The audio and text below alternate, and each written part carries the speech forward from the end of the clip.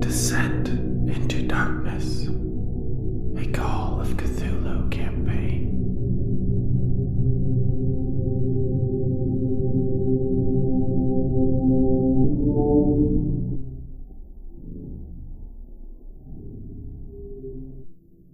Hello and welcome back to Deathwatch's Call of Cthulhu campaign, Descent into Darkness Season 4, The Lost City of Pillars. This is episode 42, and I am Keeper Travis. Most of the expedition has left the place beneath Irem, save for Stanton, who is driven to destroy it.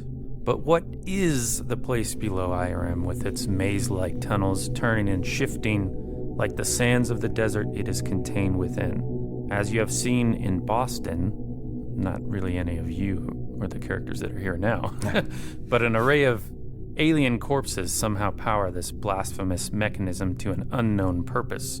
Johann, as conveyed through the body of Matvey, has a realization that the great despair that fills mortal man in its halls is the same tingling sensation as felt when near a ley line, only powered to its maximum limit. A smug smile spreads across the young Russian's face as he walks from the halls into a great library. There are books there, of course, many great tomes, old and filled with information long since forgotten. Also contained within are Migo discs and the golden plates used by the great race of Yith. Information that man never knew at all. Deeper in the library is a great storehouse of crystals with glimmering lightning patterns contained within, whose purpose not even Johann could guess, but was hinted at in the Hall of Merles. An explosion in the distance startles Johann Matvey, but only for a moment. Whatever is occurring away from this place is of little consequence. Here a man could live forever and read deeply as the years and centuries rolled by, especially a man blessed by Sathagua, as young Matvey Vanya and old man Johann Mueller are. Perhaps Irem's secrets are now sealed by Mr. Stanton's dynamite, or perhaps not. Even so, there are those of you who bore witness to what lie below, and will carry that secret with you. However, Irem still holds a few surprises for the investigators. But before we find out what they are, let's get an introduction. I'm Brandon. I'll be playing Bartholomew Wentworth, who's decided that it's time to leave. I'm Chris. I'm playing Charles Stanton, who's decided it's time to leave, but with a bang. And John / Mr. Joseph Thompson won't be joining us today, so I'll fill in for him. I think got a pretty good explanation with that. Maybe like a zealous fever. Yeah, got his new baby on board. All right, Mr. Wentworth, the relief at being back under the night sky is immense as you clamber out of the well. For those sane enough to notice it, that is, i.e. Mr. Thompson. Never has a desire been sated in such a complete way as when you draw the first of the sweet desert air into your lungs, untrammeled by the mildew scent of a place not dead, but eternal. Above, the moon is pale, no longer blood red, as the time of the lunar eclipse has passed, and the stars twinkle in the limitless sky. Among the stars is the ever-present green comet. But as you have come to understand, all relief is temporary, even illusory, in the desert. A commotion in the camp within the city draws your attention. Several of Stanton's men have their Enfields pointed at the Yemeni herdsmen and anyone else that comes within their field of view. For the Yemeni's part, they hold their hands up, looking frightened. Bo Whiteman, red-faced, hollers at everyone, "What the hell's going on?" As if he could hear their answers should they give him. You remember he was stricken with deafness. Nigel Stedford, white-faced, is between everyone trying to diffuse the situation. The cause for all this consternation makes any altercation between Stanton's men and the rest of the encampment seem of little consequence. Many, many camels lumber this way and that, hurling bloody vomit from their stomachs, even as you watch several collapse, heave a labored breath, and die. There are dozens of motionless camels among the ruins. Only a handful of them remain upright and relatively steady on their feet.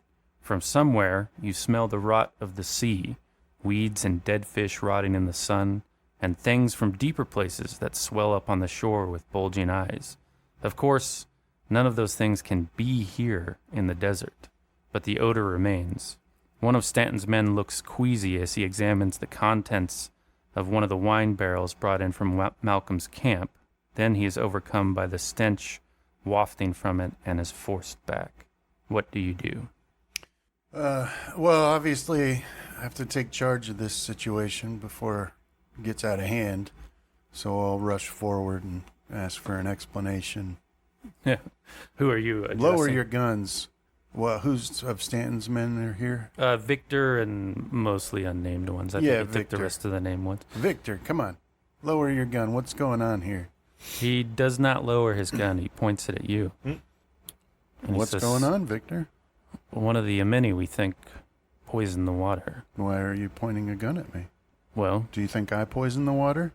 Maybe. You weren't here. What gun is he pointing at me? Infield. Okay. Yeah, I was down below with your boss, who should be along shortly. Well, I'll wait to hear it from him. For now, just stand over there. I'll ignore that. I want to go check out the wine barrel that's... Okay. Well, in this particular case, most of Stanton Men's men have pretty good trigger control when it comes to... So it's like 3:30 maybe in the morning. Okay. I'm exceptionally pissed off right now. I don't know why. Something about him pointing that gun at me has made me mad in real life. Well, you should be. Because it very starkly drew the line between them and us. Stanton's men and everybody else. You've seen it before. Yeah. You know, you just... And probably the reason you didn't get shot immediately when he told you to stay there and put his gun on you is because he does know, ultimately, that this is something that Stanton will have to sort out because you're the guy you're hired to get in and out of here, right? Mm-hmm.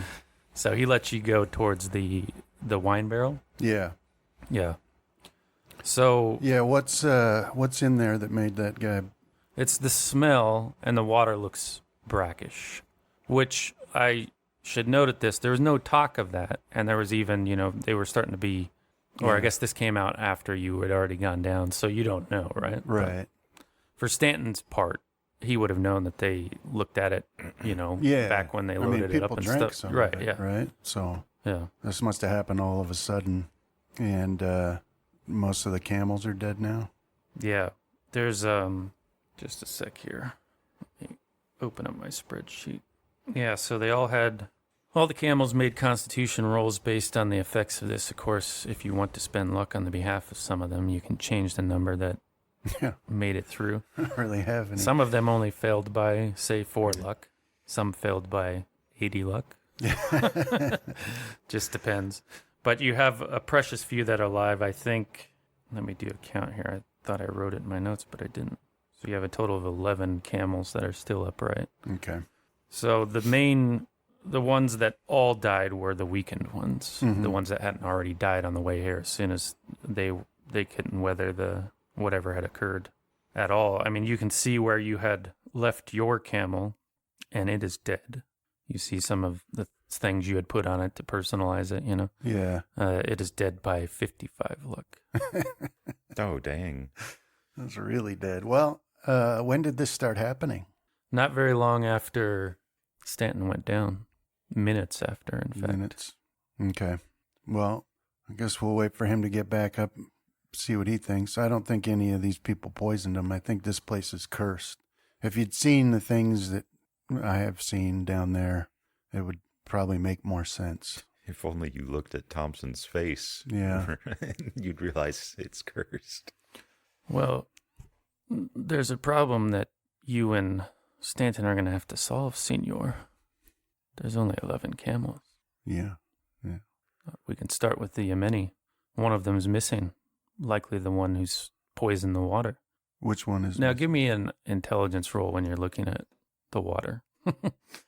You can drop the despair effects as soon as you got out of the situation. Being under IRM, is such an alleviation. It's like passing a kidney stone. You're in all that pain, and the second it's gone, it anymore. Yeah, you just go to sleep. Yeah, but I still failed my intelligence test.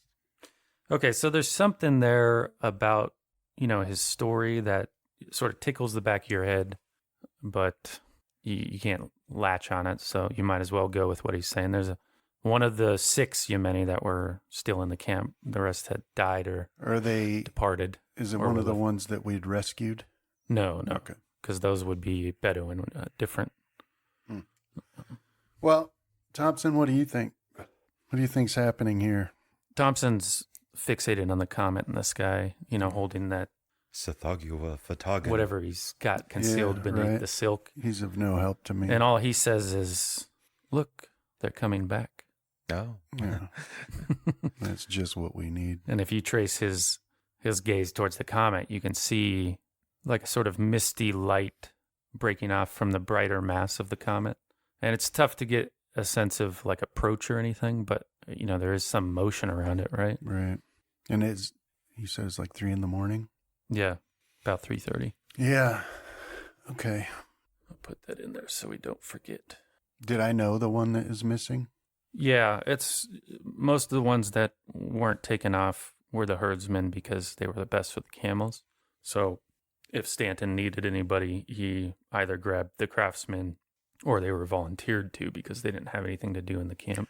Can I like try to do a track to see if I can to look around? Yeah, find some tracks leading away? Just at the regular level with any penalties you might have due to. Well, I had the despair. I took the cocaine. No. Okay, despair's gone. You guys have been awake for 9 hours now. So you have 2 levels of despair. Yeah, cocaine drops it by 1 level. The exhaustion. Yeah, so that drops you down just the first level, which is a penalty die on all skill checks, but not your combat ones or characteristic rolls. All right, let me try track and see if I... No. Oh, Jesus.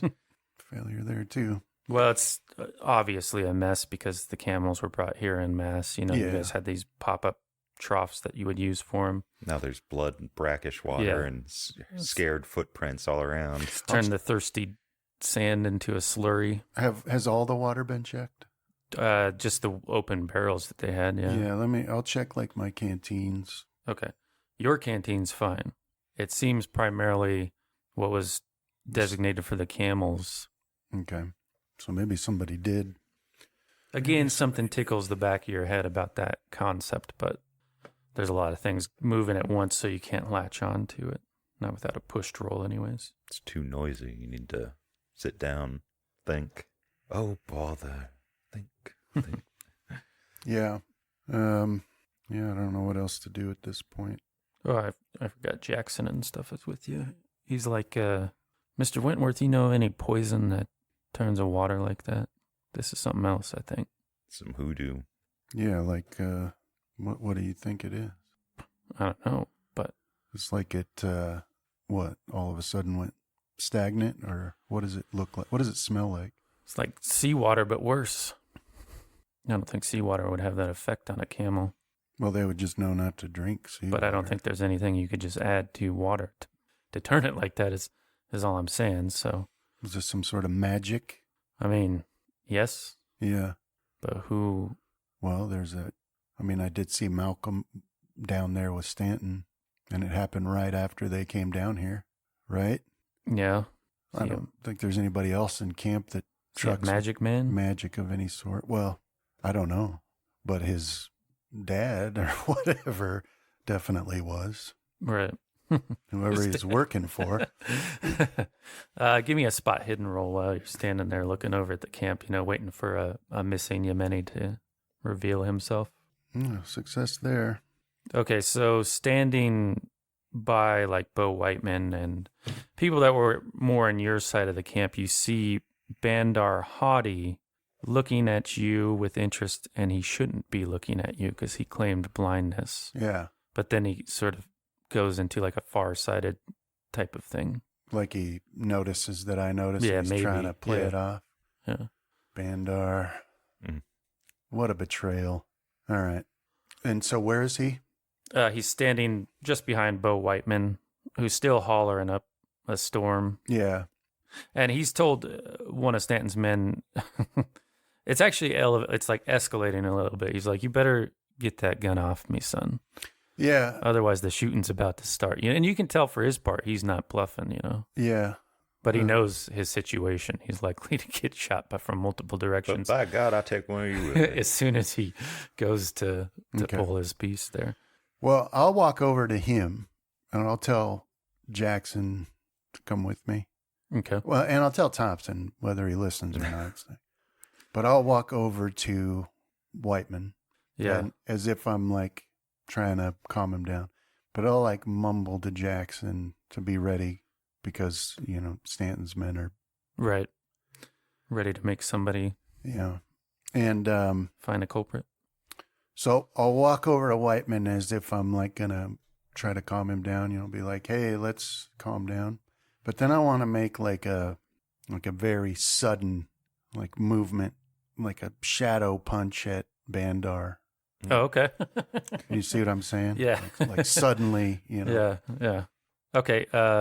So as you walk away with Thompson, you're like, come along here, but he's just sort of stuck staring at that comet, and he's kind of moved this spherical shaped thing under the silken cloth, like kind of down to right in front of him. So he's almost like a pregnant lady standing there. Like he's even caressing it a little bit, like you'll see a pregnant lady sometimes do with their baby bump as he just stares at the comet. And, your gaze kind of goes towards that again. And even though you can't see the forward motion, it's difficult to pick that up even in the best of circumstances. Those lights like spores that have come off the comet do seem to be closer, brighter, something to that effect. So, okay. But then you have your goal in mind. And the way you can do this is you have a few different options that are like illustrated in the book with some examples. The obvious one is by stealth, just concealing your physical actions. You can also do psychology, whereas kind of how you described it, where you're trying to give the impression that you're just talking to one person, but you're going to do something on another person. Yeah. Or you could even just rely on dexterity, your raw speed to beat his. So yeah, I'll do that because then I won't have a penalty. let me give you a difficulty for it. So it's just at the normal level in this case. I'll use 16 luck. Okay. So you have a surprise situation there. You can do your unarmed attack. You just have to not fumble to deal the damage. Okay. Roll your damage out for me. Or are you going for like a more of a goal-based thing, grabbing? Oh, like I'm not actually trying to hit him. I'm trying to get him to react. Yeah. Oh, okay. Sorry, as though he sees me. Right? Okay. Because if he reacts, then I know he's not. Yeah. Gotcha. Right? Yeah. Yeah, he does actually. He reacts, looks right at you, grabs your wrist, and he says, I told you, Mr. Wentworth, we must all die here. Ah. You lying son of a whore. I'm going to pull my peacemaker. I'll yell, this is the man who poisoned the camels. Rejoice, you've been alleviated from the difficult choice of killing yourselves. It must be done. It's the only thing that'll save what you love, Mr. Wentworth. Now, he's not speaking like Bandar exactly, because Right. Bandar was pretty quiet, and he's referring to a conversation that... He wasn't part of. Right. Mm-hmm. And he's using English. Yeah. Yeah, that's kind of a dead giveaway. All right. Now, who are you? Abdul Al-Zarid. The mad Arab we've met before. But I tell you, I am not mad. I'm the sanest one here. Oh, okay. If you knew what I knew, you wouldn't leave. You'd go drink from that tainted water. You first. Make it a mercy. I'm already misery. a dead man. Yeah, that's true. Yeah. Look at the camp. It's filled with weak minds. You killed this poor man that I currently am using, and I'll just jump to another. Perhaps even you, Mr. Wentworth. Well, I suppose from what I've seen so far, there's no reason not to believe he can just jump to somebody else. Well, right? you can give me another intelligence roll. Hard success. Okay, so you're reflecting back on, your encounter with this person, his reputation in Alafan for being a bearer of bad luck, and a bit of inexplicable bad luck that struck your expedition on the way out here as you approached. People started, Bandar al-Hadi went blind. Yeah. Bo Whiteman went deaf. Same with Bandar al-Jadi, who at this moment is also with you. And you can see like confliction on his face because he doesn't know any of this deeper conversation really. And this was his good buddy of years. And, he's not sure what to do. But for now, he's being silent. But anyhow, so with that idea roll, you just think that maybe he was prepared ahead of time. And it's not so easy as Abdul is claiming to jump into another. You see what I mean? Yeah, right. I don't know enough about it, but with the effort that it took for me to do the one that Thompson taught me, I can just make the ignorant assumption that it's always more difficult than, So yeah, I don't think you can. I don't think you can do that. Calling your bluff, sir. Well, it doesn't matter. You would serve my end if you killed me. Go ahead. I'm not gonna. I'm gonna. No. In my head, I'm bind him and I put a bag over his head. Well, he stops his ranting. That's actually the thing difficult to impress just with, speaking as the characters. He doesn't sound like Thompson does when Thompson's, kind of whimsically saying things as he stares at the comet. Yeah. He sounds frantic, maybe. Desperate, but not mad, per se. And there's, a little thought in the back of your head that the thing that's possessed Stanton to destroy, what is in there is not good. Yeah. But you're an American and we don't do the sacrifice play unless we have to. Right. So, but we'll pause with you there. You'll cast one, as you look at the sky, you see they appear even closer. Yeah, we got to get out of here now. And we'll jump to the tunnels below Iram. Let me move the map here. Or Stanton, you're just on the tail end of your madness. Man, I don't know what kind of stuff I was doing with my keyboard last week, but I put Mr. Thompson's and Mr. Wentworth's everywhere somehow. I don't know how that happened. In a way, isn't that how it's supposed to be? Yes. All right, so for you, Mr. Stanton, we ended with some dynamite going off, exploding down these two tunnels you threw them down. And so now you have a great amount of dust in the air after the explosions, and the resonating from that sound in the closed space, leaves your ears ringing a little bit, although you were a fair distance away from it. My ears are always ringing. That's true. Oh, tinnitus set in a long time ago. Yeah. So yeah, you're waiting for things to settle down. You're anticipating this change that occurs down here, as you've been told about, where the maze shifts. And you're looking down these tunnels for something to give you a clue that has happened. And you do see like the air, like the dust in the air eddy a little bit at one point. Like it's just hanging. There's not much air movement in this place on its own. So it's just hanging, but you see some eddies swirl out of both the ones that you threw dynamite. And at that moment, you also kind of come out of your madness, and your higher function is back. So I mean, that might not change your goals, but you're not possessed by it, I should say. I'm not going to kill anyone that tries to stop me. Yeah. But go ahead and give me a listen roll. I'll do some on the behalf of your guys down here, too. I forget, what am I at? I think I'm... Same as Mr. Wentworth, 2 levels, but coked up, so 1 penalty die. Nope. But I guess I'm expecting something. Yeah, Mr. Flanagan also has the tinnitus. Yeah, so I'll be all tensed up. Okay. Because I'm coming down from that bout of insanity, as normal people would call it. Stanton would just call it righteous fury. Focus. But yeah, now you got that kind of quiet tinnitus whistle going, and he's anticipating something. Yeah.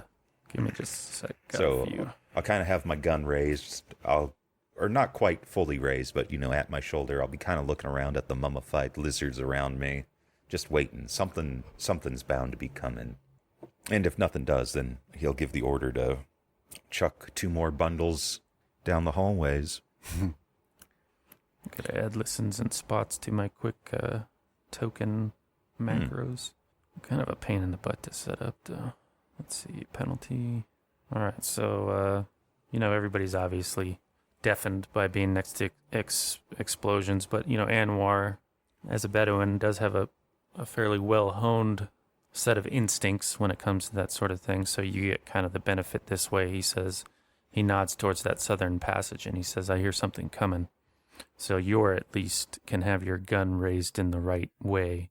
And out of the dust in the darkness comes people or things dressed like Bedouin, The rest of Malcolm's sand dwellers perhaps fleeing themselves. Or in my case, deja vu Right. to a dream that happened a while back before I came to this blasted land. Okay, so let me set up the tracker here. I'll give you the ready to fire bonus in this particular case as they come out of here. Alrighty. All right, tracker up. I can take 2 shots with this elephant rifle, huh? Yeah, because it has 2 barrels. Yeah. Going to fire gives you a plus 50. Anwar is also ready, which puts you guys at the top of the list so long as your action is to fire your gun. So yeah, Anwar, with a good warning from Anwar there, you get that elephant rifle up and pointed to the southern passage, and you see the shapes come out, running at you or perhaps past you, trying to get out of here. You don't know, because they don't have human features that indicate fear or rage or anything. But anyhow, it's your action, Mr. Stanton. I'll take 2 shots. What to do. Are we point blank, technically? Mm-mm. No? You have to remember that this map is representative, so they're within your short range, but I think in your case, it's your 1/5 your dex and feet that they need to be in. They're not quite that close. So Okay. once they get within 13 feet, then they're point blank for you. Alrighty. So 2 shots, that'd be at hard? You get penalties for doing the 2 shots, right? And you have one for... Okay. Or no, I guess it would just be that one penalty for the 2 shots, right? All right. So do you get the penalties on both shots or just the second one? Yeah, it's on both. All right. So first shot. Ooh. Sorry, guys. It's all right. Gonna luck it. Yeah, might as well. Okay, so that's 13. So 10 damage after their armor. Is he still up? I gotta roll Constitution on him. Hmm. No, it collapses there. All right. Is there any penalty for switching targets? No. All right. So not then in this case, anyways. then I'll aim at the second one. Not bonus, penalty. There we go. Success for 11. Okay, so that's 8. There's also a major wound. Let me check for consciousness on this one. This one does remain up. All right, so yeah, your gun roars out in the darkness, a lesser, well, maybe as loud as distant dynamite. I don't know. I think the 375 probably isn't as loud as the bundles we're throwing. It's a smaller cartridge. Yeah. So Anwar is next up, and he had his rifle pointed in the same direction, so he will take a shot with his Mauser, but he misses, nearly fumbles. Okay, so the one that you didn't fire upon charges into Anwar, just with the claws, those obsidian claws at the end, or obsidian-like, I should say, slashing at him. All right. Oh, man, that's the problem. Them beasties. Doesn't matter how low that skill is, one of them will get you. But Anwar is just going to attempt to dodge. He fails. How much would that be? That'd be 13? Yeah. And he would just need a regular dodge, huh? Yep. Man. Sorry, Anwar. Take your 8. Okay. We still got to get out of the desert. With a significantly reduced number of camels, yeah. All right, let's see if he stays up after that. He does. So yeah, this sand dweller looks very much like him, just a different color of dress and headdress. but he comes in with those claws outstretched and just latches into, up there by his neck. And you see some blood spurt out, and you can see he's going to be locked into that unless something changes. So let's move down the tracker here to C. So this is occurring, just to the right of you, a little behind. They're running at Marco in this case, but Marco, he's fended 2 of these things off by himself before. So. Luck always runs out, though. Let's see what happens. Now I'm going to have Metallica stuck in my head for the rest of the... Runs out. Ooh, fumbled. What a loser. Sand Dweller C. Marco's not the kind of fellow to dodge. But he's taken by surprise. Well, they have a clash, is what it's called now. We're using that optional thing, but since the Sand Dweller fumbled, I'm going to say it doesn't deal its damage, but Marco does. He brings the butt of the rifle, just flips it around and smashes it in the face, and it falls down. I mean, it's way less damage than your elephant gun was doing, but it was enough to, put him on the ground, at least for the rest of this turn, dealing only 2 damage ultimately. Okay, give me a power roll, Mr. Stanton. You need to succeed at a hard level. Well, that's probably not going to happen, but here we go. Nope. Okay, Malcolm Green, who's not alarmed at this situation, he says something in the, if you had heard it a time or 2 before, but you weren't around, that like Abdul had done the Aklo language. He does the Aklo thing, and he says, I never came down here with all of you. I was never even down here at all. And then he just backs up towards where the way out is, right? So he runs that way. And basically, because you failed it, I believe it. yeah, Okay. that memory is clouded. There's ways it might come back in, like later on. So, but for now, you have to act as though he never decided to come down here with you. Same with the rest of my party. Yeah, I ain't too worried. He's got Wentworth to deal with if contend he goes up. and a very what do you call it? Like a bunch of people in a heightened state. Yeah. Why are you the only one coming up here right now? Yeah. Yeah, it would not be good if I see him before I see Stanton. All right, Ray, he's still got that BAR on him. Yep. No way. He thought he was borrowing that from Wentworth. Yeah. Wentworth is mistaken. So he's going to open up. He'll do a 4-round burst. That's okay. I'm hoping me giving it to him will help him and the others forgive me for what I'm going to do to Victor. He does have a penalty for exhaustion. But actually, he's going to drop that penalty. He's just going to gun the one that fell down next to Ramiro's. Yeah. Going for point blank. Just turn it sideways and walk it, Flanagan. Oh, of course. Flanagan. Ah. Get your life together. All right, now he can't keep that gun. He has to give it back. What is that? That's That's too much. 22. yeah. I already called it 4 rounds. It's his first volley. He always misses it. Yeah. He's gotta get the feel for it every time. All right, Marco will flip his rifle back around and try to do what Flanagan was supposed to do. Nice. Good 12 damage. Nearly executes that one. Dude, that might backfire on Green because Stanton didn't give him an option to come down. So, dude, that's a weird predicament. I thought you did. That's why I chose that. I thought you wanted to see this. Yeah, but that's not a choice in Green's. Oh, it was a rhetorical question? Yeah. Like the other men, they had a choice, but I figure you're going to want to come down with us, aren't you, Mr. Green? It wasn't quite the choice. Yeah. But no, I like that because it would leave a weird predicament, like why did he not come down here? Yeah. Who did I leave in charge of him? Yeah.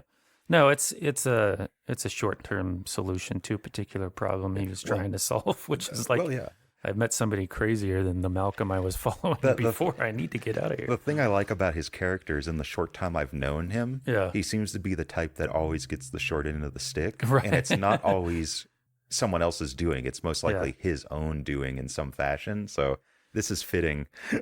But that thing is still kicking, barely. So the Yemeni, this particular group, they have not been exposed to sand dwellers, so that we're going to see how these two you brought down here with them. Was it 2 or 3? I had penciled down 2. No, then it was 2. Because it was, who was it? That's right. Some of my people went a sec. Who did I have? I had, oh man, I can't remember. Wassa, Marco, Ray. Yeah, then like 2 or 3. Malcolm, and then 2 of the Yemeni, I thought. Yeah, I think that's right, actually.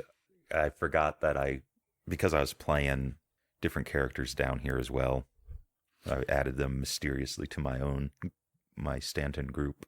Okay, so one of these men, falters and takes a few cowardly steps back before regaining himself. That's just what he does for this round. But the other one is afraid enough to shoot down at the one that you guys are facing. Nice. I didn't roll any damage, though. What's the Enfield damage, you guys remember? Yeah. 1d10 plus 2? Yeah. No, 2d6 plus 4. Okay. You want me to roll it? Yeah, if you want to, go ahead. Well, I guess it's an impale, though, so it's the max. I guess I should have just figured that out. Oh, 13 plus 16. He smokes one of these guys. Yeah, one of the ones that you had previously shot, he just ends shoots the one that didn't fall down, right? Right through the head or something. Yeah. Okay, so let's see here. Sand Dweller A, where are you? That was the one that was killed. This guy's getting all tactical. Okay, so this one's unconscious, which brings us to E, the other one up here, who goes at Ray. This man went multiple rounds with a rush. This man went multiple rounds with a Russian, knocked him out so bad we had to drill a hole in his skull, and it affected him months later. And I was going to say, watch him not be able to knock out one little measly sand dweller. So let's see. He's just going to dodge out of the way, though, and move back so he can keep shooting him, which he does with flying colors. He does an aerial backwards to the... Oh, madness is gone. We can take that off of there. Which brings us back up to you, Mr. Stanton. I think he just drunken tumbles. Can I reload and get a shot off? Yeah, you can load a shell and make shoot. It hard. It adds another penalty on top of what you already have. All right. If you get more than 2 penalty die, then we'll start upping the difficulty. Well, it's one of those where it's kind of like almost better if it just goes hard sometimes, because it would be worse in your case because there's kind of like a, what do you call it, like a bell curve to how the penalty affects probability, where at the higher ones it has almost no effect. So where you're at, penalties are like you can stack them up all day. All right. Wassa still fighting this one? Yeah. All right. So bonus because the point blank.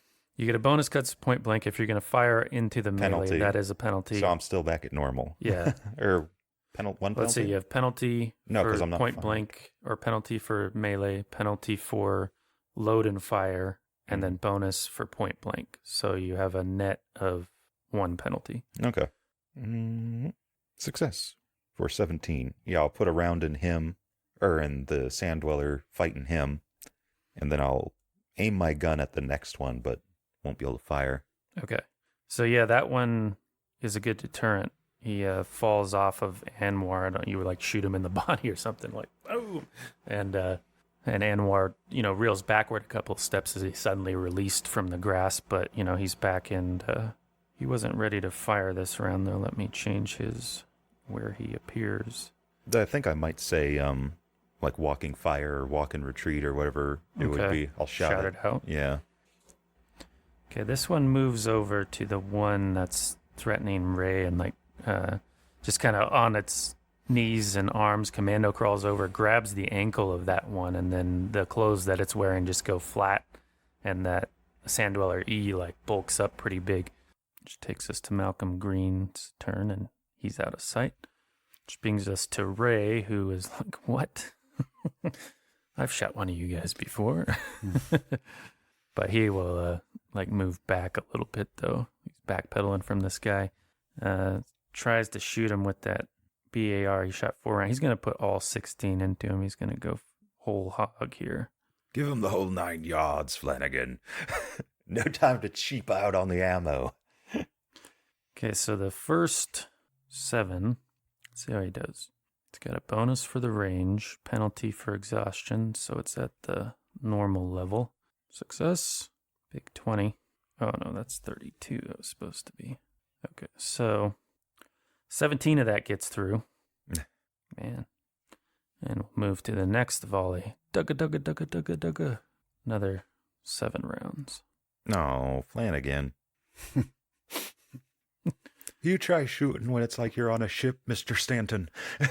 Why did that change his to 10? Nevertheless, it would have had a penalty. Wouldn't that have been I see. extreme or something? I had the wrong token selected. So he had a 67 versus 75, and then when he rolled his penalty, it was lower than his original roll, so he sticks with a regular hit for another 25 damage. So as impressive as these sand dwellers are when they join up, they are no match for an Irishman determined to shoot machine guns as often as possible. So aside from this one that you shot and dropped earlier, it looks like everything's dealt with here, Stanton. So there's no movement, as you're loading in your next shell. What about A? Yeah, A was the one that that you shot first, but then Anwar vaporized? Yeah. Okay. Shot the head off of him. And this one might have some life in him. Like, meta in a meta sense he does, because his HP bar is still up, but he's unconscious for game terms. So there's just everything's down. Do they obviously break apart when dead? No. Okay. Stanton will check his watch and yeah, so we'll put it at 3:32. Yeah. Was there any vague idea of when I should get out of here? Well, you wanted to bring the whole place down originally, but that has since not become your overriding objective. You threw some bundles of dynamite, so And we got this place wired. Yeah, so it's in your determination at this point. Toss the last 2 bundles and then it's good enough for government work, gentlemen. So Ray and Marco get busy wiring up those 2, or setting them up. Marco passes his to Anwar, and Ray goes to, chuck his down the western passage while Anwar does the southern one. But I'll cover for Anwar. Yeah. Yeah. Let me take him off. And I figure Marco is going to cover Flanagan. Yeah. And you can, looking at Anwar, he struggles a little bit with the wounds he took. So, he's going to need some attention when you get topside. So, yeah, you drop those bundles down there. A similar thing goes off. Boom! You feel the shockwave go through this room. And then you have the dynamite wired up for this room, which is hooked to a plunger. Hooked to a plunger topside. Yeah. Which you hope Malcolm doesn't get to. I don't hope anything because I don't know. No, all right. He doesn't. Right. Head topside, men. Okay. I'll be last one out. So you guys start heading back to the top, and we'll get back over to what is occurring topside. We'll pick up as you hear a couple of more muffled explosions coming from down below. They get Mr. any gunshots? I suppose you might get that too, the faint sound of gunshots. So yeah, you have a hold of Bandar Hadi, and Abdul Al-Hazred has fixed a self-satisfied smile on on Bandar Hadi's features, but you're here stewing about Victor. And he's taken, he's kind of like the senior officer, so to speak, based on who's been left topside, in a way. No, the only one you don't want to kill is the tracker, which isn't Victor. So yeah, I'm not worried about him overall. I've calmed down now, but you did you shouted out that this was the culprit. Yeah. And he's like, of course he is. They've always been. They've been against us this whole time. I don't know how you didn't see it. Senior. That's how we get the accent. I think we start. I don't think I'm going to be getting in any trouble if we just start taking care of this right now. And he goes to put that rifle, there's a Yemeni with his hands up, right next to him, one of the herdsmen. And he's, you got 10 seconds before he shoots him, basically. So no psychology roll needed to see the end. But we can hear the gunshots. Yeah. So it sounds like your boss is in trouble we might want to check on that first. Yeah, go ahead and throw your social skill roll out. Just don't fumble it, because that's a good point. I can't remember which one I used. You can make an argument. It's just all in the Intimidate. phrasing. It can be intimidate because you'll be like, well, Stanton, you're just going to leave Stanton down there in danger while you have a good time. it's worse if he survives and you don't help him. Right. Yeah, we'll just do charm. The horn was calling. Where were you? I didn't fumble. Okay. Yeah, he's like, well, And you got that Nigel character on the plunger with your boss down there. No one watching him. Yeah, so like there wasn't the things down there that required shooting are pretty dangerous. So I think we need to see to your boss first. yeah, Thompson distractedly says, oh, don't go down there. They're coming back. They'll tear you apart. You saw it in the Merle. Yeah. Well, They're almost here. I'm And- not. And these lights, they look like, like flares now. Yeah. They're like that close, but they don't make a sound and there's no shape you can see past the light, but they're hovering like right over that crack, Mm. And one thing does break this madness that Thompson is in a little bit is that you feel a gentle rush of wind starting to push, from outward of the city towards this crack, and it ruffles his like lapel or whatever, and he's like, he shrinks around that spherical because he has a phobia for wind now. Yeah. So he's like terrified. Yeah. But he's in his madness, he's more focused on protecting, his spherical object. So he kind of, cradles that to him, looks around fearfully. Yeah, I'll just shout, I'll point at those lights and say, we've got to be out of here before those get here, and I'll start rushing towards the well. Okay. Yeah, So Victor. we can kill them later. Get ready to go. Yeah, show me the way, he says. You can give me a psychology roll. Failure. Okay. Yeah, so Victor comes along. He shouts at one of Stanton's men to, don't take your gun off the Yemeni at least. Don't let anybody leave, right? Mhm. And yeah, you guys start going that way. And it's about, give me a spot hidden as you're going. Hold on before you roll it. Let me give you a difficulty class at the regular level. Success. Okay, so it's a well-lit night because of the full moon and there's no light pollution out here, right? Mhm. So it's really just a shadow that you see, and it's maybe, 100 yards distant as you're approaching this well. You see it come out from behind a pillar, and, you can see, like, running like this as it's running deeper into the city, some figure, right? Mhm. Human by the looks of it, but it's dark enough. You can just see the shape in the relief from all the reflective surfaces, but you can't make of details about who it is, Okay. that sort of thing. But somebody running deeper in the city away from the encampment, Okay. and where this entryway into the maze below Irem is. So, I probably could I determine that it's likely not Stanton based on the way they're running. yeah, it I've probably doesn't. seen Stanton run. Yeah, I don't. Well, what's your build, Stanton? I can't remember. I think it's 0. 0. Yeah. Yeah, you think this person's a bit taller at least than Stanton. All right. But the main thing that throws you off is you think Stanton would have to be in like such a state to run like this person is running. It's such a there's so much like cowardice in it.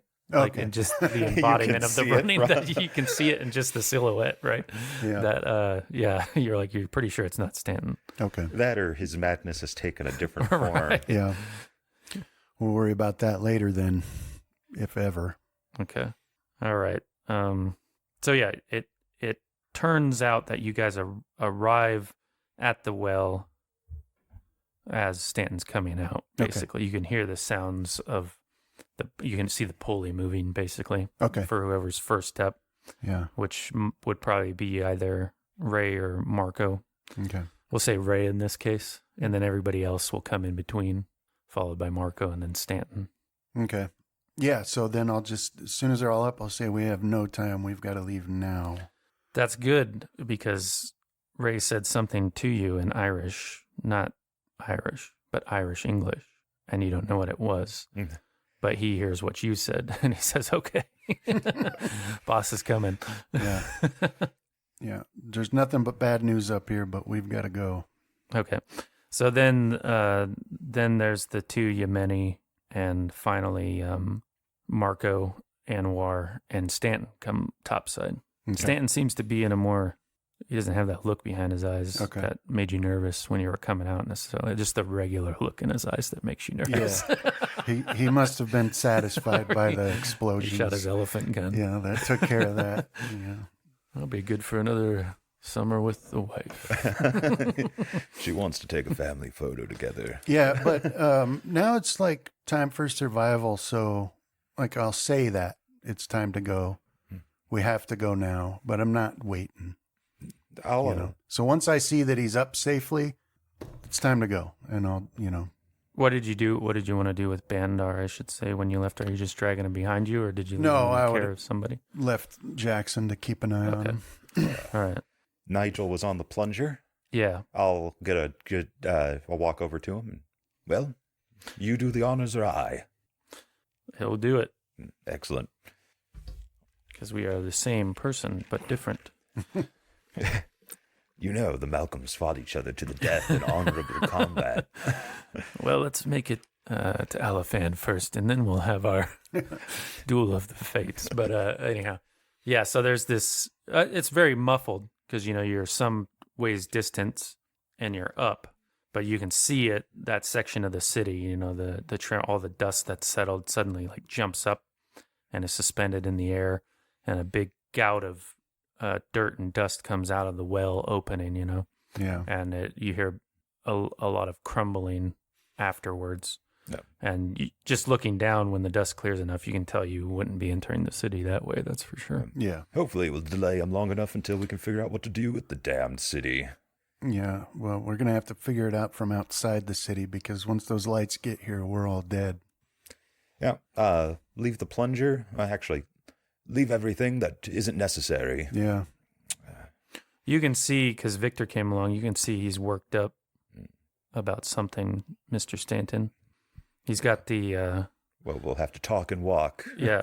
Well, you've been in, jungles / deserts with your men before, and it's when the walls close in, there's always that moment, usually when you have to start killing anybody on the outside around you.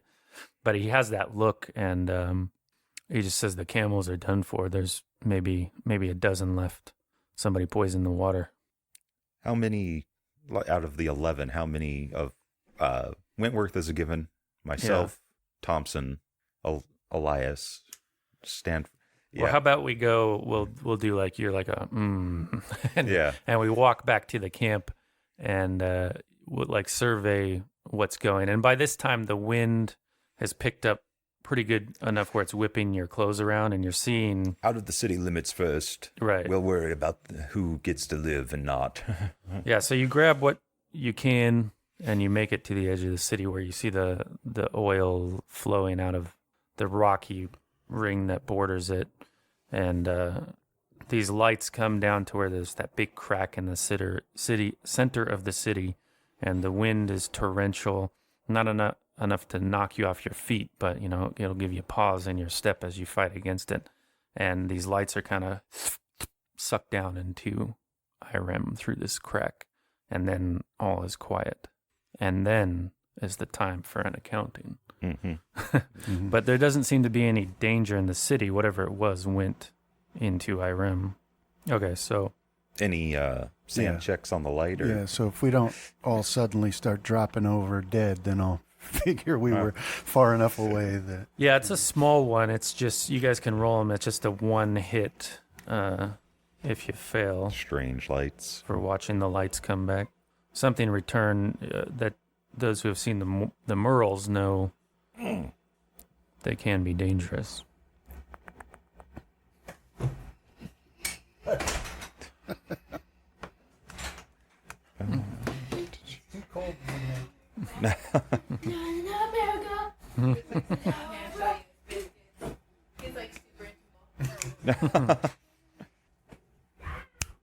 Strange.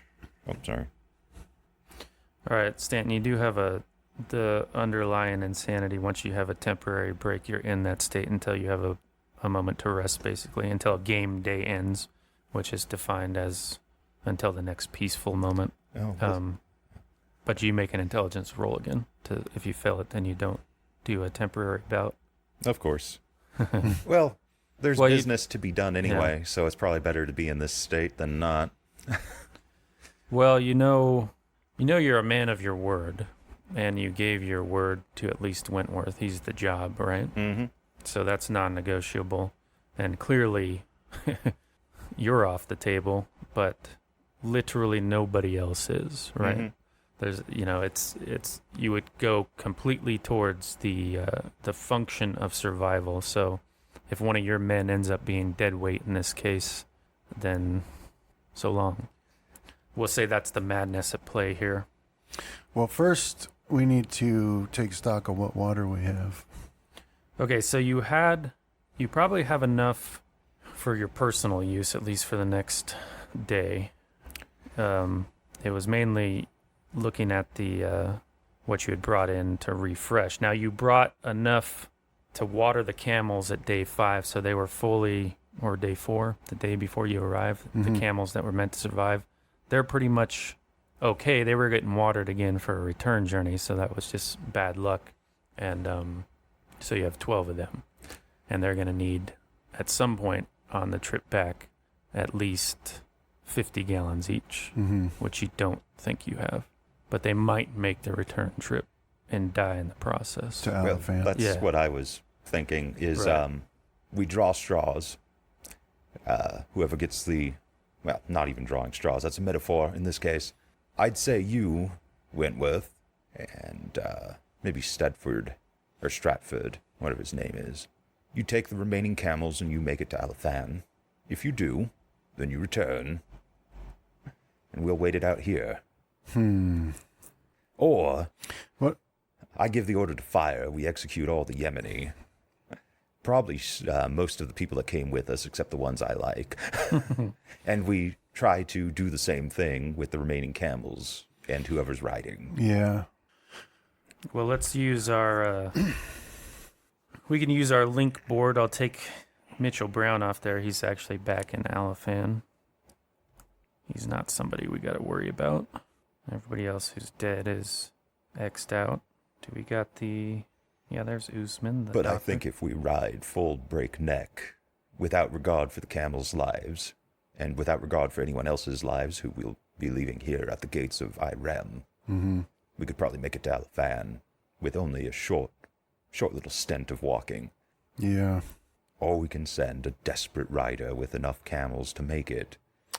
Yeah, and logistically, what do I think about that plan? Is there enough water for them to survive the weight? Give me an idea roll. You can both do it, I suppose. Man, you're just not making... You can't do think. the math right You now. could also stressful. probably give him a psychology roll on me.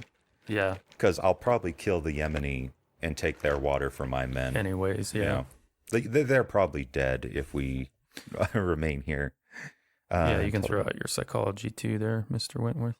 There's my intelligence. There's one flaw in your plan, Mr. Stanton, when you say it, and it's that you were considering to kill for more camels. That might not be a flaw in your thinking. You might just be giving hope to the people who are leaving now or something like that.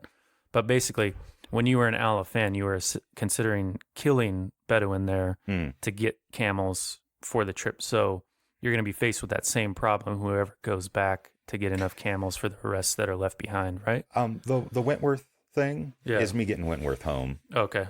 Keeping your goal. Yeah. So that doesn't much matter, right? Yeah. So you're aware of that. I figured this is what I would do. I send Wentworth on a sure way back home. Mm-hmm. I can probably get me and some of my men back to Alafan on our own and then potentially good grace ourselves further. And you, at least with your intelligence roll, remember the plane at Malcolm's encampment at the very least. And you know Thompson flies, and you think you had heard in conversation that one of the men that came along with Wentworth could also fly. That would be Dr. Francis Morgan. Yeah, and I was thinking about that too as an idea. I forgot the plane, but I was thinking about the encampment. So, because if we're desperate enough, maybe we could try to... I mean, how complete was the destruction of that tunnel? Because they said it was like, it will take you where you want to go. So it's like a woo-woo thing, but maybe... It would take manpower. It'd be thirsty work. Yeah. Which could be a problem. You collapsed it as a lot of rock. Yeah. You have a dynamite still. You could try blasting it out, but I think you would put that in like a fool's hope type thing. It'd be worth a shot if you had no other choice, but you don't know. Maybe you damage the magical structure that causes that thing to work. How many people can fit in that plane? 2. I mean, it would have to be assembled, and we'd have to get it to the runway. The assembly process isn't too bad. The wings were mostly the only thing that are taken off of it. Yeah. So it can fit on a rail car. So they just have to be somebody with a mechanical repair at a sufficient level can do it without a roll. The rest of you guys would have to succeed at one. But you could try to fit more people on the plane. It just when the landing process and stuff happens, that's when it would get iffy for the people who are just like holding on. Probably just like another 2, maybe. Yeah, but if me and Thompson flew it to Alafan, then we could get some water and camels there. Yeah. And the rest of you guys, we could come back and meet. Right? Okay. Yeah. Like if you guys move too. And I'm going to figure this is a quiet conversation between me and Wentworth. Yeah. Yeah. Well, let me give you your psychology roll here. You know that whatever you do, if you leave Stanton here, you're pretty sure that if you come back, he'll be here. By the look in his eyes, he's going to guarantee that. And there's a list, being populated in his mind of how many people will be here when you get back. Yeah. That will shorten the longer you take, so to speak, right? Yeah, I know that. I don't like it, but there's not. And you also already know from Victor that if I'm not here, the remaining of my men will essentially do the same thing. Yeah. Right. So. Yeah, there's no comfortable choices to make here. The plane would be the shortest route. Yeah. But we'd have to get it up and running. We'd have to get to the thing, and then we still have the days waiting or traveling over the desert, and you'd have to spot us. Not that it would be too hard. I'd just have to spot you and fire up a flare. Yeah, and I think that could work. That if you wait, then you might conserve water, and that encampment is probably not a terrible place to wait because it had shade. And yeah. We can take the plane. We don't have to worry about the sandworm. Right. They hadn't completed a runway, but they had a spot marked out, so it'd be Thompson's best shot at taking off. Look over at Thompson.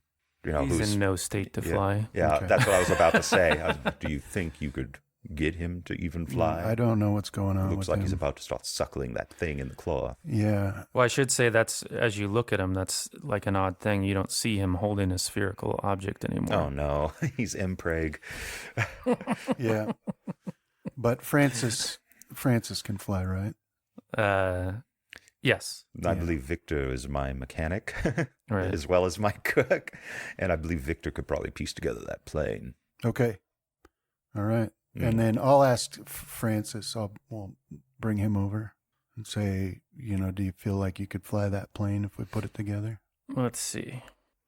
Where is Mr. Green? Well, when we were rushing over to the well, when we heard the gunshots, I saw somebody running in the most insane fashion deeper into the city. Well, pity. I was hoping to get some use out of him. I didn't see who it was, but... He says 50-50 chance. I've never taken off not on a runway and certainly haven't landed not on a runway, so I don't know how that's going to go. But I've flown, landed, and taken off dozens of times. Yeah. He gives you his hour count. He's into the hundreds of hours of flying. You've done a lot of Microsoft Flight Simulator? No, I haven't done any. Well, I think it's the best shot we got, Stanton. Part of me almost worries about the waiting part, though. Yeah. I'd almost say you take off, we take off. Okay. And hopefully, like you were saying earlier, we meet in the middle. Mm-hmm. All right, Mr. Wentworth, let's get you to that encampment, and then Godspeed. Yeah. Hurry you on your way. So who's going to the encampment? Wentworth, you know the way, of course. This might be a good time to alleviate ourselves of the many. And Just figured you Mr. were going to Bowman. wait till Wentworth was out of sight and start going down your list. No, we just leave them. Well, that's the part I will compel is you're going to start counting water and you're going to realize very quickly that you're going to need more than is enough for everybody for your part of the journey, right? Mr. Wentworth, why don't you go on ahead? I'll take Victor, or wait, who was our mechanic that was going to do it? Was it Victor, or was it? Yeah, Victor can do it. Take Victor with you. Let me... Maybe Stanton's smiling slightly to show that underlying insanity. Take Victor with you. He's jolly good with a wrench as well as a ladle. Yeah, he's good. And we'll pack up what we can take here, and we'll begin heading off to Alafan before the sun rises. Okay. So we got Godspeed, Mr. Wentworth. Victor, Dr. Francis Morgan, and Mr. Wentworth. Anybody else? Victor. Yeah. I got Victor. No, I'm talking to him. Oh, right. And I'll give him basic directions. We'll be heading off back to Alafan at blah, blah, blah, walking or on camelback. Okay. Catch up with us when you can. I'll talk to Jackson and tell him what the plan is and ask him to do his best to look out for Cooper, the poor kids. Right. He says, oh, this makes me nervous, but I don't see a better way, Mr. Wentworth. Yeah, so neither do I. Just don't leave us waiting too long. I won't. I'll return as quickly as possible. You have my word. Come hell or high water. Okay, so you guys set off to Malcolm's encampment, which lies off to the east from Irem. Before I go, I want to tell Stanton that the mad Arab has possessed Bandar and to the top of the list. After the Yemen. I don't know that there's anything stopping him from possessing somebody else if Bandar's killed. I don't know the rules. You probably know more about it than me, but he was adamant that we all die here. And Bandar himself. Is he the reason our camels are all sicking up all over the place? Yeah, the mad Arab possessed him, and that's why he can suddenly see. And he poisoned all the camels, and so I don't know if he can just possess somebody else if he dies. I don't know, but just thought you should know. Rupert was always one to say that it's better to know where and who your enemy is. Perhaps he can remain in Bandar Hadi for a little bit longer. All right, off we go. Yeah, they'll be taking some camels to get there. Yes, the three of the 11, and then Victor can bring them back, and then that's when you guys would plan to set off. Yeah. All right, so let's part ways with Mr. Wentworth and Dr. Francis Morgan and Victor, and as they disappear over the rocky hills, through the wadis that lead to Malcolm's encampment. And perhaps you watched that for a time, Mr. Stanton, but when Mom and Dad are gone, it's time to play. So you have your mad goal, survival at any cost, and it's not very long into the calculation. Like food, less of a problem. Water, big problem. Mm-hmm. So I think what we'll do is... or wait, can we do a little math first? We get the plane running. How long is it? It doesn't take long at all to get to Alafan. It'll take a couple hours maybe. Yeah, okay. So then... And we get some water and camels, and we start back out. Yeah, that will take day. If they leave, presumably you think Victor would be coming back about the time that Dr. Francis Morgan would be able to make his landing. Yeah. Then you would basically be starting off at the same time, assuming you don't have any hiccups on getting camels and water. So we're looking at a 2-day journey. Days. Yeah. Okay. Before you could meet back up, which is the problem really, because water was at its limit. Mm-hmm. So, and some of that will better the odds if you have less I mean, it's going to take a few people before you have enough water to feed that or to water a camel again, but that's what you're looking at here, Mr. Stanton. So what we'll do... Stanton doesn't care about the camels. He's going to plan to ride them to death out of here and then start hoofing it. Is we'll give you a extreme sanity roll. No. And we'll start there. Nope. So let's see here. We'll do this a little odd, but we'll go for 5 rounds. Okay. So basically, we're going to do 5 rounds of these sanity rolls, and if you bust yourself out of it sooner, like 5 rounds of who's got to come off the list, then we can make it a little shorter list. So you got to pick your first to go, basically. Basically, as soon as Wentworth is far enough gone, you're gonna start saving water now. Mm-hmm. So yeah, that'd be the first order. We're all on, like sips, water rationed to this point to basically nothing. Put stones in your mouth and have them generate water for you. Confiscate all the remaining water as well. Okay. Yeah, so it starts getting moved into a central location for calculating what you have. So let's see here. How many wounded do we have with us? Just Wasa? Yeah, and a couple of your men are still wounded from a previous engagement. I don't like killing my own men. Even if they're wounded, they'd be lower on the list, but yeah, they're getting pushed up a little bit. So Matvey's not a concern. He didn't come out. Well, he's always a concern right. in my heart. He's a problem for later. Yeah. Yeah, so confiscate the water, begin to figure out how much we can ration out, and that will also set our upper limit, probably. Yeah. It's not going to be a lot, but I figure we got a day and a half to 2 days, maybe, if we are smart about it, before dehydration cacks us. So, of course, the people that can't ride out on camels, because you don't have enough with 11 for everybody, are looking at a longer wait, and that's the you'd have to leave water with them if they're to survive. So, and the math doesn't look good on that. You don't think whoever doesn't ride out on a camel has a shot at it. Yeah. So there's going to be the issue of who gets to ride out, right? So how do you want to alleviate that? To figure out who the 11 riders are. Well, that's the problem. Like me, and then my men are top billing, probably in order of rank. So my tracker, okay, then on down the list. And I think I'm well below 11 on them, between me and them, right? Because like we were getting off. I'm going to give it, I'll give you a count. But I think I might also, in my madness, try to cut a deal with the proverbial devil in our midst. Who's that? The mad Arab. Mm-hmm. Oh, you want to go talk to Bandar Hadi? Mm-hmm. Okay, so here's the problem so you got Mr. Stanton, you got Stantonique, number 2, number 3, Victor, number 5, 6, 7, 8. Your photographer was murdered in the night about a month ago, and 10, and then Marco and Ray. So we got 1, 2, 3, 4, 5, 6, 7, 8, 9, 10, 11 takes care of your crew. Everybody else is out in the cold. That sounds like a prime number to me.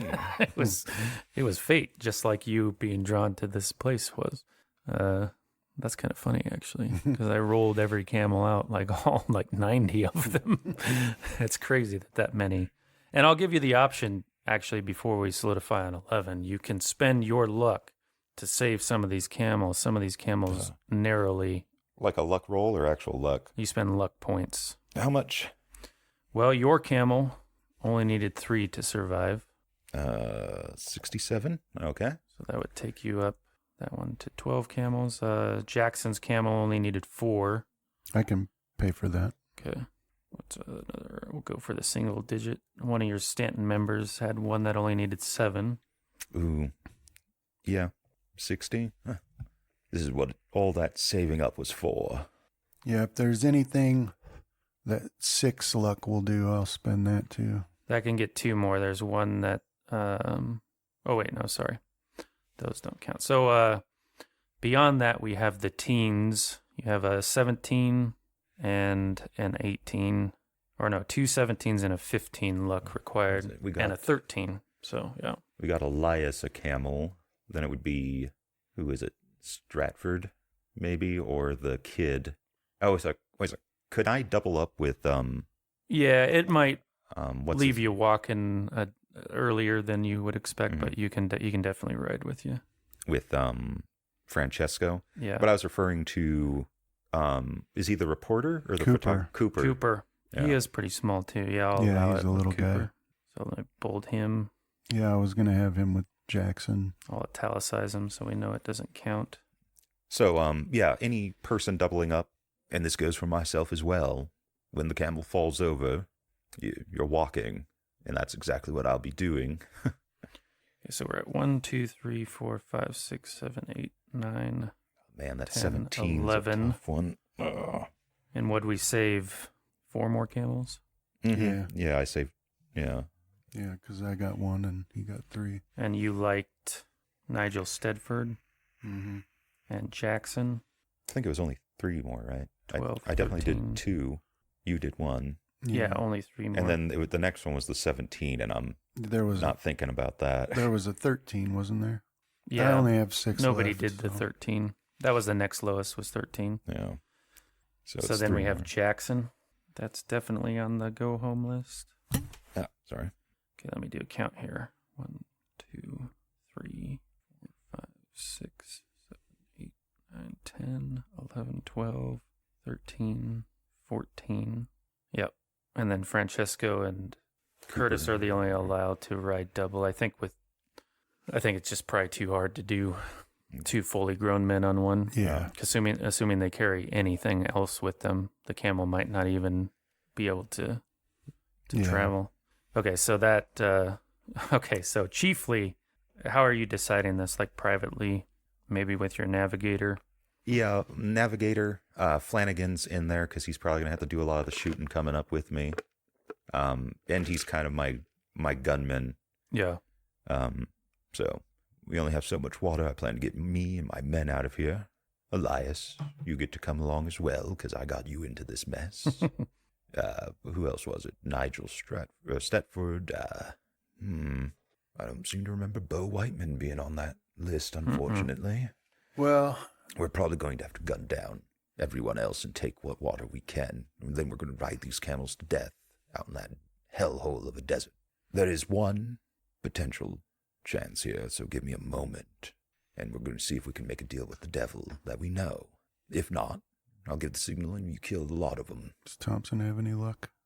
Yeah, I'm not going to spend it on his behalf. It's just I'll do it. But I don't think he was burned pretty low down to the teens again. But I think this is the true meta game of Call of Cthulhu is you bow out on the last couple legs and then you if you enter a nebulous state. Yeah. Yeah, he's down to 23. The reason I don't let him spend it is because I don't like making that decision for the player, but also I don't think you should get the benefit of him here because he's getting a layer of protection by not being here in a way because I don't want to kill him like true. off camera too. Yeah. So he's just kind of in a stasis. I mean, sort of. Some bad things are occurring, but all right. So we know who's riding out of here, and we know who's not. And yeah, Jackson's part of this little conclave. You know, he says, you know, Mr. Stanton, I have had a lot of hard decisions here, but you know, I'd have a tough time walking out of here. Don't worry, you'll be riding. Riding out of here knowing I'm leaving somebody to die.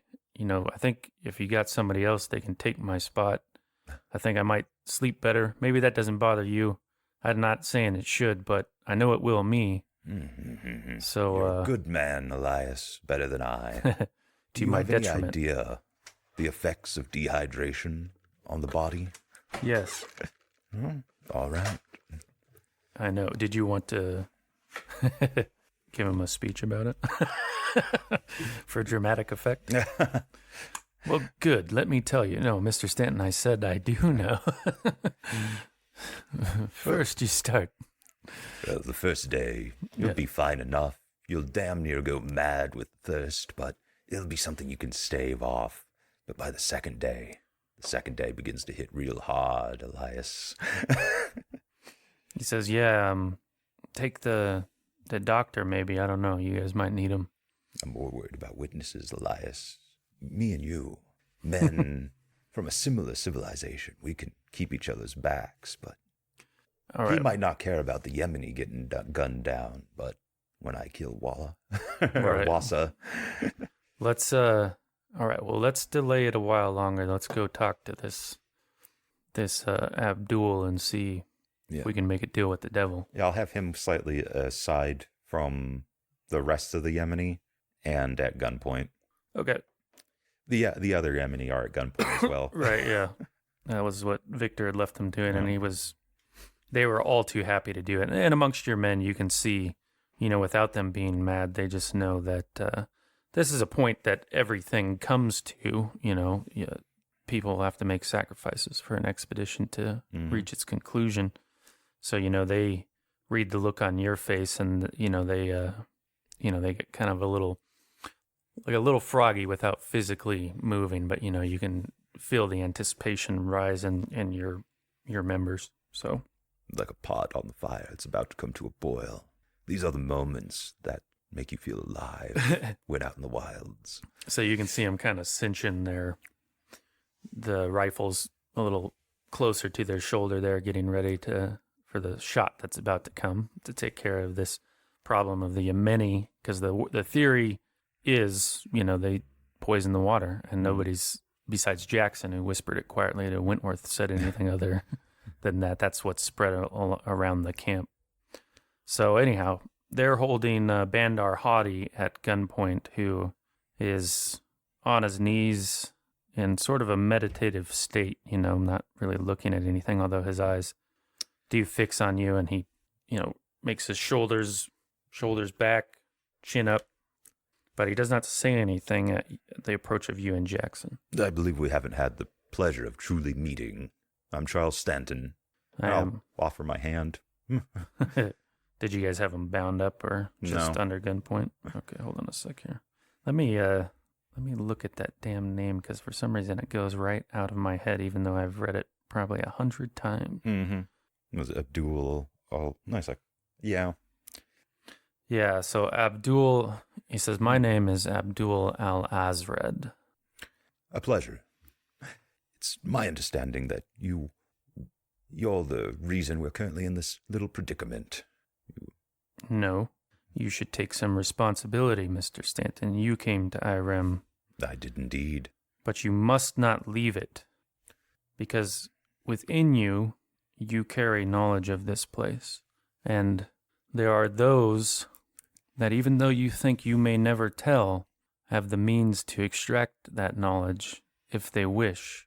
It's for the safety of anything that you love, Mr. Stanton, that you must remain here and die, and that those you sent off, you must go after and kill. Also, dictated by the caster's perception, the truth bestowed is... Did I put that out there? Oops, don't read it. Oh, okay. Sorry. It's something he's thinking about doing. You can go ahead and read it. It'll give you apprehension for it. Well, I've already thought about that, Abdul. There's been a good many places that I shouldn't have come back from. A good many places that I plan to go back to and level, this place being one. I think we can help each other out, more so than just if we die here. I plan to execute all those people over there. I think that's in line with what you want, so we're good there. But these places, they get found anyway. And if they get found by the wrong people, nasty things happen, as you damn well know. It's better that they get found by people like you and I, and then we level them. We bring the dynamite and we seal it off for as long as possible. And then we come back 2 generations down the line and we do it again. And that's what I aim to do with the remainder of my time on this earth, is seal up every rotten bastard stuck away in some musty tomb. All we need to do is get out of here, Abdul, and we can do this the world round. You're a practical man, Mr. Stanton. I can see that. And you must know that my thinking on this comes from the same place, and I know that it's a fool's quest I'm on. You're exactly right. Someone else will find this place in time. And all I'm playing for is more days, weeks, years maybe, before what will come to pass does come to pass. But since you are a practical man, perhaps you could understand that if there are less who know the secret that leave this place, then the odds of it being found out are higher, or lower, I should say, right? If you take my meaning.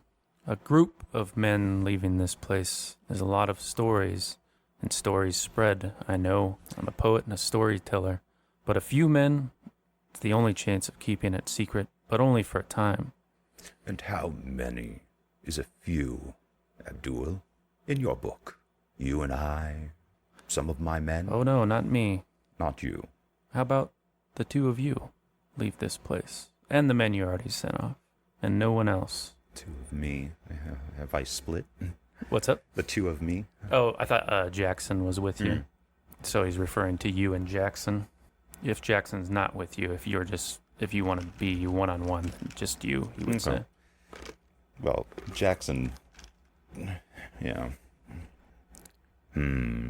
Yeah, I mean, I don't know if you're aware of it. If Jackson is there, he's not the kind of guy who would take that deal, and you think there would be some trouble from his end. As much as he likes you, that might be a problem. But isn't part of the problem, the predicament you're in now, is that you lack men of like intention that are able to weather and do what needs to be done? Those men, they've cut their teeth on things out there in the world that are forgotten. Surely, you can see it my way, Abdul. So what is your counter-proposal? You come with me. We kill the Yemeni. We get out of this cursed place and we begin to fortify ourselves against what is coming, because it is going to come. And the difference is, are we armed against it, or are we just standing there with our arms open for the Holocaust that's going to happen? Well, unfortunately for you, Mr. Stanton, I cannot leave this place. My corporeal form is below, powering it. Okay. I have no clue what you mean by that. But I can give you a part of my knowledge, if you will receive it. It's not going to be good. But you'll know something that I know, and it might help you fortify. A fool's quest, as I said, that you will be on rather than me, but that's all I can offer. Obviously, you hold all the cards here. I don't like to think of it that way. I'm talking to you as an equal, and if it comes time, we'll part ways. But my whole point is that perhaps you have been too passive in the recent time. In your actions, you've been stuffing this down further and further, and it's just a matter of time before the whole thing boils over on you and you have no allies around you to aid you in the coming fight. That's all I'm saying. Perhaps I'm wrong. Well, but I firmly believe it to be a losing battle, and the furthest I can go from this place is Alaphan. I've tried to go further, but I cannot. All I'm saying is that if it's going to be a losing fight, let it be fought on our feet, facing what's coming. All right. Well, he is convinced of his position, not that you don't have bad points from your end. They are just ones that he's turned over in his mind many, many times. He's basically, at this stage, fighting for hours and weeks and years, as he said, before this inevitable end of humanity. And he can't be swayed from that with just the role-playing aspect, but you can shoot out one of your social skill rolls. This one seems more of like the persuade or charm one. I haven't seen much in the way of threat. The threat wouldn't be made against him. It'd be made against what's coming down the pipe. Persuade or charm. 15 charm, 10 persuade. Looks like I'd see if it'd have to be my charm, I guess. Unless you let me go with the I'm not intimidating him, I'm intimidating the future. No, let's stick to how it sounds, what we've just said to each other. At penalty? Yeah. Yeah. You must not leave. I cannot help you leave. My great hope is that you die in the desert. That those men you sent off earlier also die, and that this desert is what protects us from a hastening of the end that will come. Well, I will say no more on the matter, Mr. Stanton. Very well. If it was in my power to stop you further, I would, but I'm spent for now. Very well, Abdul. I'll keep you in my memories, and perhaps you'll get your wish. The god's hammer is vast. I'll give a whistle. Okay. And the shooting will start. All right, so starting with the Yemeni, huh? Mm-hmm. Not this one. And I'll point to Abdul. Okay. All right. Yeah, so the Stanton man, because you had more than there, or I think you had as many as there were Yemeni of your Stanton men. Yeah, we're killing... There were like 9 left, basically. Yeah, it's the water we're keeping. Yeah. Ooh. The other Bander Hottie, Yeah. I'll probably shoot Or Al Jotty. Yeah, I'll probably shoot him if he goes to reach for anything, but he's probably getting shot anyway. If he's not with Wentworth. Yeah, this particular command is, it was in this subconscious, this culture that Stanton Expeditions has where your men know. And so most everybody else is caught by surprise, except maybe Jackson, who has a deep suspicion. Mm-hmm. And it was sort of plainly stated, but he wasn't going to act quite yet. But so with the command, given, your men were already standing there. So you just see the resolve over their face, and the guns go to the heads of the Yemeni and black. Thanks for playing, guys. We'll have to pick it up next time. Okay. Oh, man. Thanks, man. Thanks. I wish I had a higher charm. Well, it kind of works out that that way. What do I got? I did shoot my gun.